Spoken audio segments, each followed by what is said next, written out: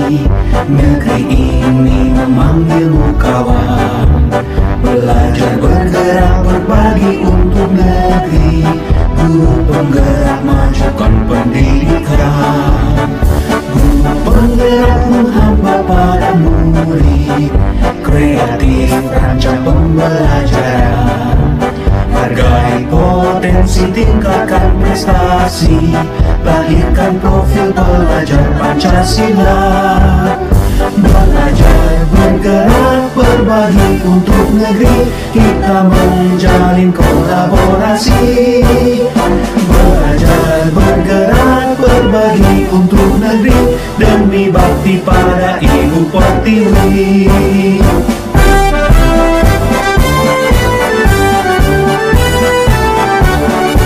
Assalamualaikum warahmatullahi wabarakatuh. Waalaikumsalam warahmatullahi wabarakatuh. Selamat pagi Bapak Ibu. Pada kesempatan ini dengan saya melakukan penyebaran pemahaman dan penerapan pemahaman tentang budaya positif. Terlebih dulu, perkenalkan saya Ridi Swagio, CGP Angkatan 10 dari Kabupaten Deli Serdang. Yang saya hormati Bapak Kepala Sekolah SMA Negeri 1 Bupakam, Bapak Ibu rekan sejawat. Terima kasih atas kehadirannya hari ini.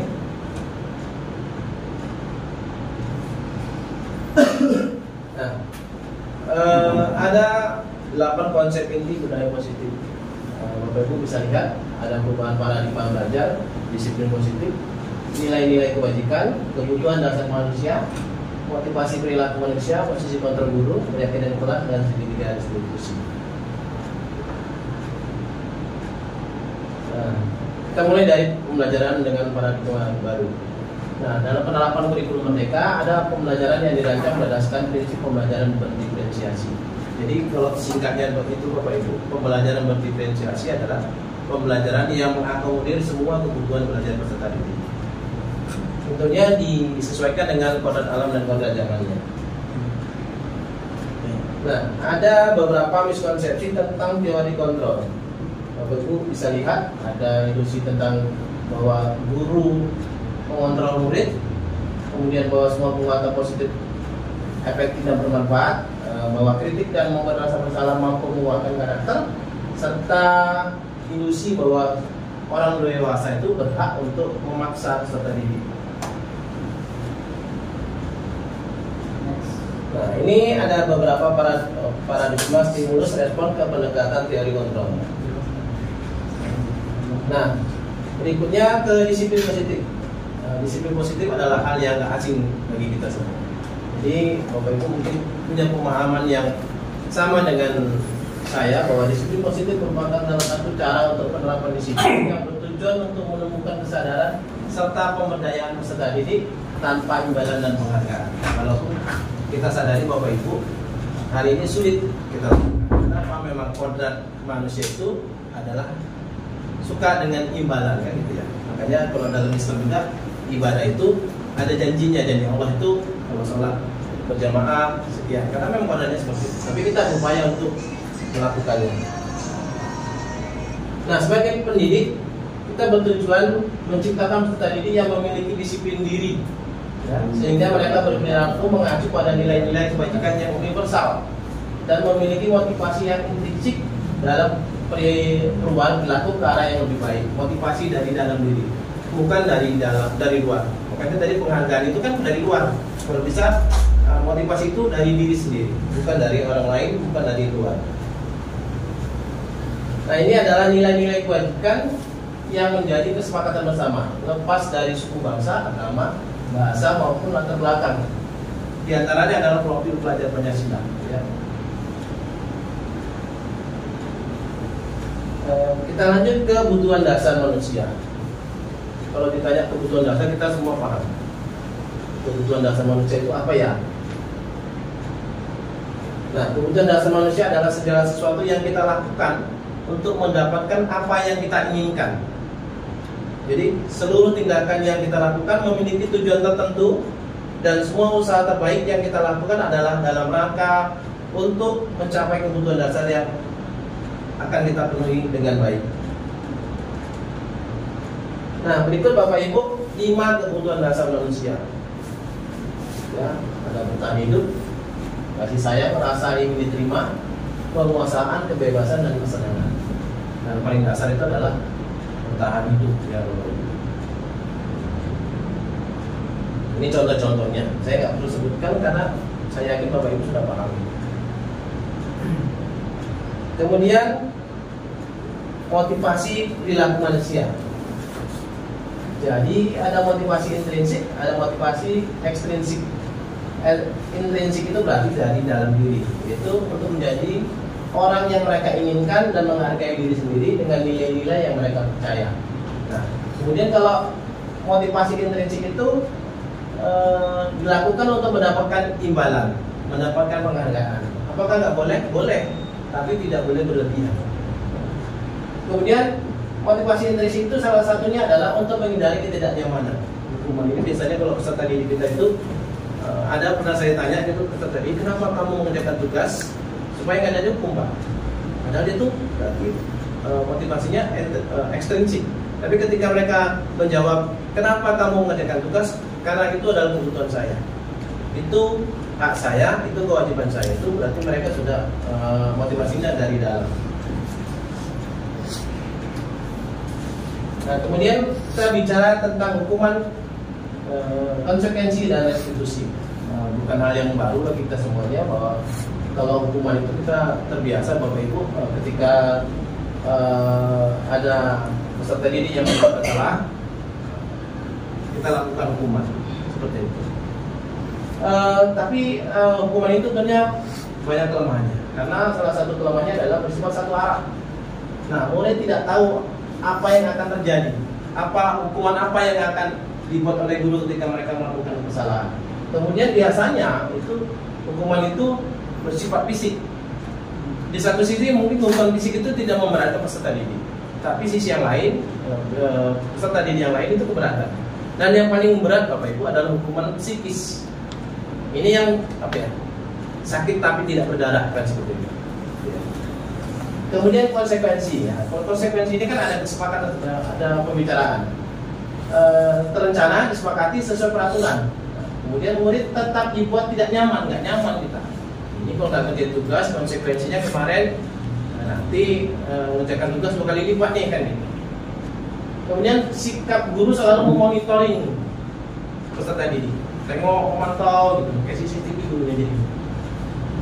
Dan yang paling bagus adalah restitusi, yaitu proses menciptakan kondisi bagi murid untuk memperbaiki kesalahan. Jadi di restitusi ini nanti peserta didik mampu mencari solusi dari permasalahan yang ada pada dirinya. Iya. Nah, jadi mereka paham benar ketika mereka melakukan kesalahan, mereka diajak diskusi untuk menyelesaikan masalahnya sendiri, bukan oleh orang lain. Nah, ide juga, itu juga. Nah, ada 5 posisi kontrol guru. Nah, nanti kita Bapak Ibu silakan koreksi kita masing-masing. Nah, jadi ada 5 posisi kontrol guru. Ada penghukum, pembuat rasa bersalah, sebagai teman, pemantau, dan manajer. Ya, Bapak Ibu. Jadi kita bisa nanti melihat nih. Kalau saya pribadi, saya pernah berada di semua posisi. Walaupun posisi yang paling baik adalah nantinya adalah di manajer.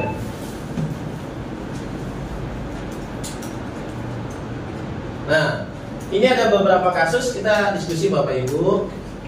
Nah, contoh gini, lompat pada bendera. Ini berarti kan ketika siswa melakukan kesalahan ini, kalau di zaman saya sekolah ini sering nih. Ketika siswa melakukan kesalahan, misalnya tidak memakai atribut yang lengkap, maka disuruh hormat bendera selama 1 jam.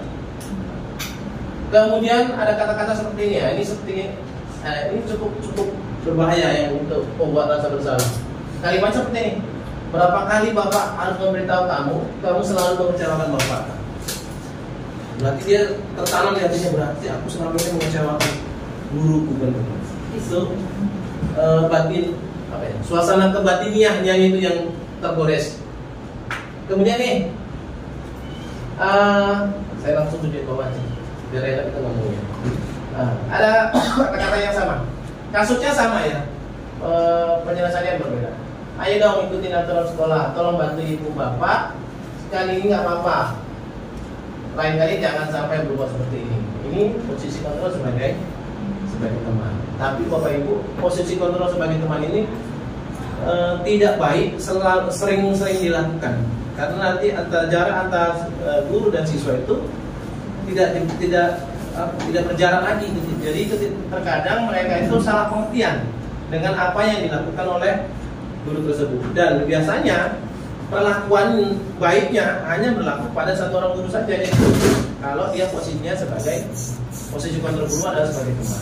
Kemudian yang berikutnya, kamu sudah melanggar peraturan sekolah, kamu tahu konsekuensinya. Setelah upacara kamu beli atributnya ke koperasi, jangan diulangi lagi. Nah, ini pemantau. Jadi kalau guru BK seperti ya, BK gitu ya. Nah, inilah posisi kontrol yang paling bagus. Mudah-mudahan suatu saat kita bisa di posisi yang seperti ini. Apakah kamu tahu kesalahanmu? Kira-kira bagaimana kamu memperbaiki kesalahanmu? Jadi di sini anak-anak itu mulai diajak untuk mencari solusi dari permasalahannya. Bukan guru atau orang lain yang mau mencari solusinya, tapi dia sendiri yang mencari solusi dari permasalahan yang dia hadapi. Nah, ini ada beberapa contoh posisi kontrol dari beberapa kasus. Kalau Pak Bayu kalau ditanya seperti ini, ada kalimat, saya kecewa sekali dengan kamu. Ini kira-kira posisi kontrolnya apa ini?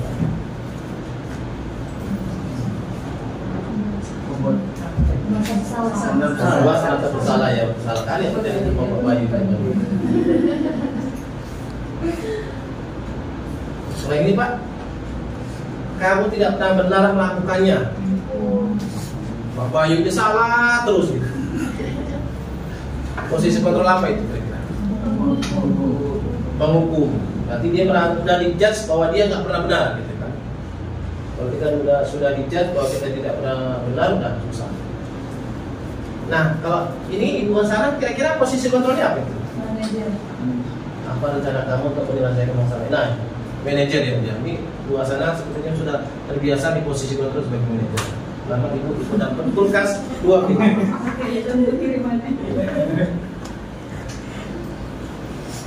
Nah, ayolah lakukan demi Bapak atau Ibu guru ya. Ini kalau ini apa ini posisi kontrolnya Bu Desi?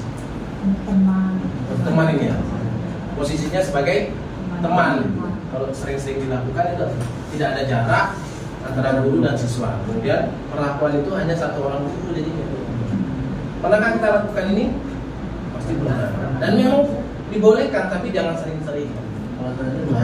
Bahaya. Karena itu tadi ya posisi wanita ya. Boleh ya Pak.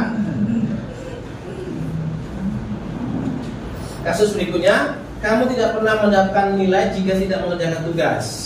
Pak Yogi lah ini. Saya lihat dari tadi Pak Yogi ini pandangannya udah kepingin ngomong kali. Silakan Pak Yogi. Atau Bapak sih bilang ngerjain Bapak? Memantau ini Pak. Memantau, dia berarti suka memantau dia ya kan, seperti CCTV. Kalau nggak ngerjain tugas ada gitu ya. Nah, kita lanjut Bapak Ibu ke keyakinan kelas. Kalau ada pertanyaan mengapa keyakinan kelas bukan peraturan kelas, kira-kira apa yang menyatakan mengapa disebut keyakinan kelas bukan peraturan kelas? Bu Hasanah? Kalau hanya peraturan, dia belum diyakini bersama Pak. Kalau peraturan itu nggak diyakini bersama. Tapi kalau keyakinan kelas Sudah diyakini bersama. keyakinan yang sudah diyakini, yang sudah disepakati di dalam kelas. Dan paling penting bahwa kalau keyakinan kelas itu, kalau istilah itu bottom up ya, dari bawah ke atas. Apa yang dirasakan oleh peserta didik itu yang dituangkan. Kalau peraturan, apa yang ada di otak guru, otak kepala sekolah itu yang dituangkan. Yang terkadang apa yang ada di otak kepala sekolah atau guru tadi tidak sesuai dengan keyakinan dari peserta didik kita. Nah, ada beberapa hal yang perlu kita buat dalam membuat keyakinan kelas. Ya, ini mohon maaf untuk saya ini seperti korban bom Bali. Yang pertama bersifat abstrak, ya. Kemudian jelas dia ya. Salah. Kemudian kemudian pernyataannya universal, umum dia. Misalnya kan ada beberapa pernyataan-pernyataan dari peserta didik yang hampir sama, kita gabungkan.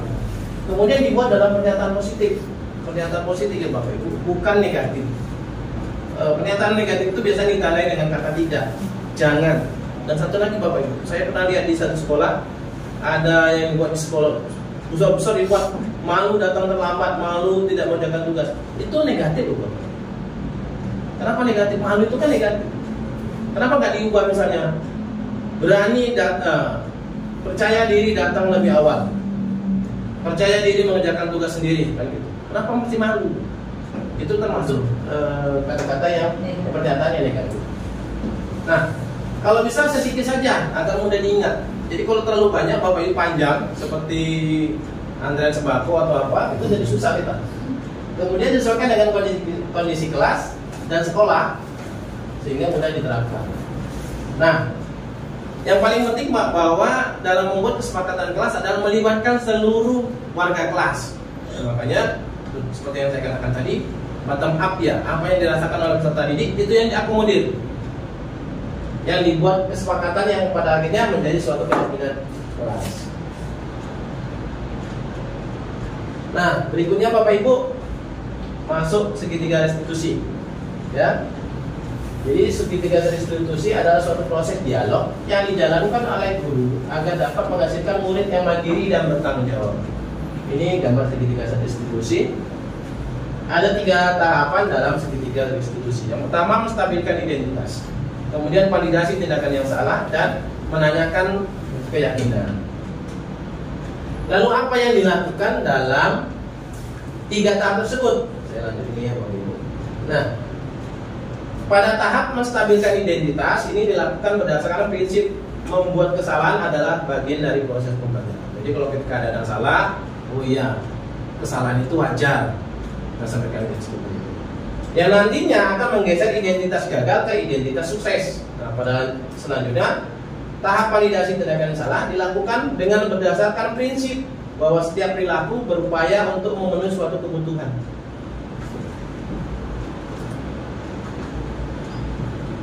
Nah, ini contohnya untuk menstabilkan identitas. Itu tindakannya berdasarkan prinsip membuat kesalahan adalah bagian dari proses pembelajaran. Di layar bisa dilihat Bapak Ibu ada beberapa pernyataan berbuat salah itu wajar, tidak ada manusia yang sempurna dan sebagainya. Inilah contoh dari pernyataan-pernyataan yang bisa menjadi rujukan untuk menstabilkan identitas.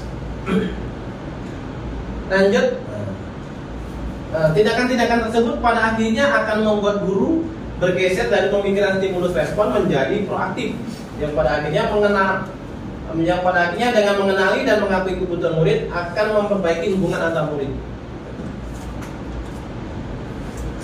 Nah, kemudian tindakan apa yang dilakukan pada validasi tindakan yang salah? Jadi tindakannya itu dilakukan berdasarkan prinsip bahwa setiap perilaku berupaya memenuhi kebutuhan suatu kebutuhan tertentu. Kita bisa lihat di layar ada beberapa pernyataan yang menjadi contoh tindakan di validasi tindakan yang salah. Contohnya ya, kamu pasti punya alasan mengapa melakukan hal tersebut. Jadi kita tarik dulu mereka, kita ajak dialog, kita jadikan diri kita seperti mereka. Baru pada tindakan menanyakan keyakinan ini dilakukan berdasarkan prinsip teori kontrol, bahwa pada dasarnya kita termotivasi secara intrinsik. Jadi peserta didik itu dicari dulu, digali, mencari sesuatu di dirinya bahwa yang tadi dilakukan benar apa enggak. Gitu. Kalau dari keyakinan kelas bisa ditanya, apa keyakinan kelas kita, nilai-nilai apa yang telah disepakati. Dari tindakan kamu apa yang sudah dilanggar. Seperti itu.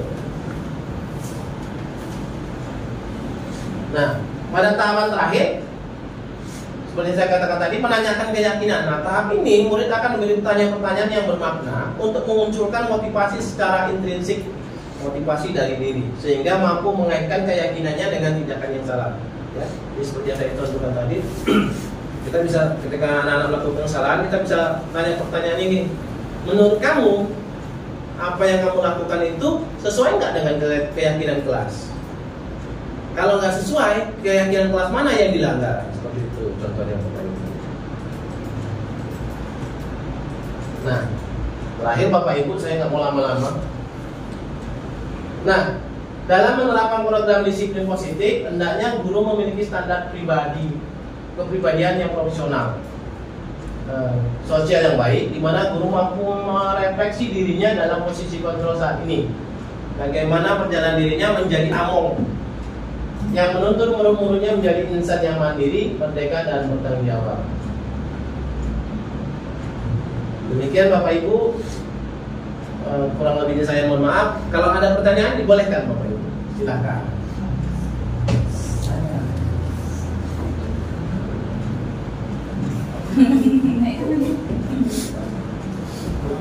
Silakan Bapak Ibu, ada yang tanya? Tanyalah. Pak, tentang posisi kontrol tadi.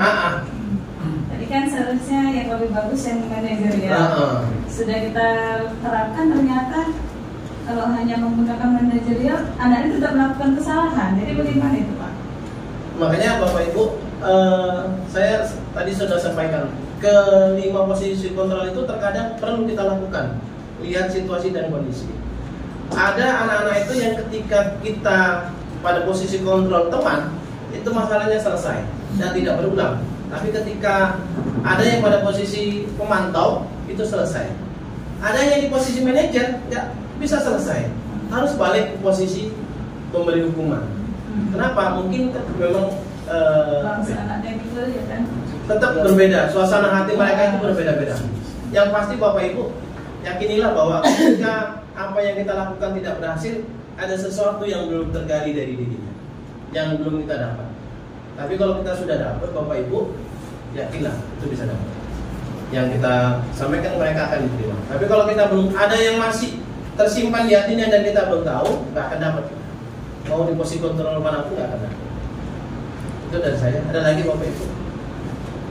Silakan. Pak, tadi Bapak jelaskan tentang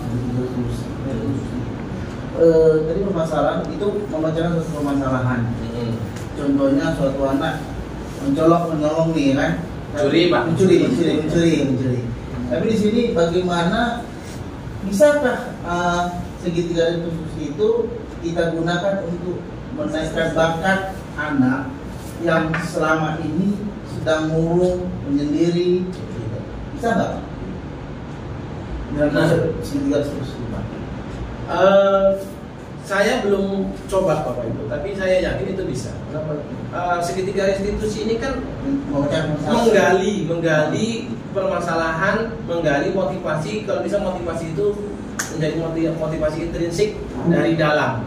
Dia sekolah bukan karena perintah orang tuanya. Dia sekolah karena dia merasa bahwa saya butuh sekolah, saya butuh ilmu pengetahuan, saya butuh bersosialisasi dengan teman. Pada akhirnya baru bisa dapat. Kalau itu belum tergali, kita nggak kenal. Ketika anak-anak bermasalah, yang penting tidak pidana Bapak, bukan tindakan pidana. Mungkin kita masih bisa kita gali. Karena Bapak Ibu, saya pernah lihat suatu kasus ketika guru marah kepada peserta didiknya, sampai marah-marah luar biasa, siswanya itu diam terus bunyikan handphone. Ternyata dia merekam suara amarah ibunya. Artinya dia merasa aku di rumah kena marah, di sekolah kena marah. Berarti kan kita belum dapat poin apa yang dia butuhkan. Kebutuhan dasar manusia tadi itu kan ada berapa banyak. Yang pertama itu bertahan hidup, yang kedua kasih sayang, merasa diperlukan. Itu yang mungkin belum diterima oleh mereka. Menggali potensi dari mereka itu yang perlu kita lakukan. Bisa dilakukan dengan segitiga restitusi. Itu Pak. Pak Yogi mau nanya kayaknya. Pak, ada kaitannya praktek segitiga restitusi ini dengan keyakinan kelas? Ada kaitannya Pak? Tanya Bapak susah ya. Nah, keyakinan kelas itu kan dilakukan berdasarkan hal-hal yang mereka inginkan di dalam kelas. Hal-hal yang diinginkan itu pada akhirnya kan menstabilkan identitas. Identitas anak itu seperti apa dia? Ingin seperti apa mereka di dalam kelasnya? Kelasnya itu ingin dibangun seperti apa? Mereka kan inginnya kelas itu nyaman bagi dirinya. tapi membuat mereka hidupnya teratur. Hari ini teratur dengan si A, itu belum tentu teratur si B. Nah, hari ini ada hal yang disukai oleh si B, belum tentu disukai oleh si C. Makanya dibuatlah poin nilai-nilai yang menjadi keyakinan, yang akhirnya disepakati menjadi keyakinan kelas. Jadi menurut saya sangat erat hubungannya antara segitiga restitusi dengan keyakinan kelas. Mohon maaf Pak kalau pertanyaan saya agak ngambang kemana-mana. Ada lagi Pak? Cukup Bapak Ibu? Cukup. Terima kasih Bapak Ibu atas segala perhatiannya. Mohon maaf saya apabila ada perkataan saya yang kurang berkenan di hati Bapak Ibu. Saya akhiri. Assalamualaikum warahmatullahi wabarakatuh. Waalaikumsalam.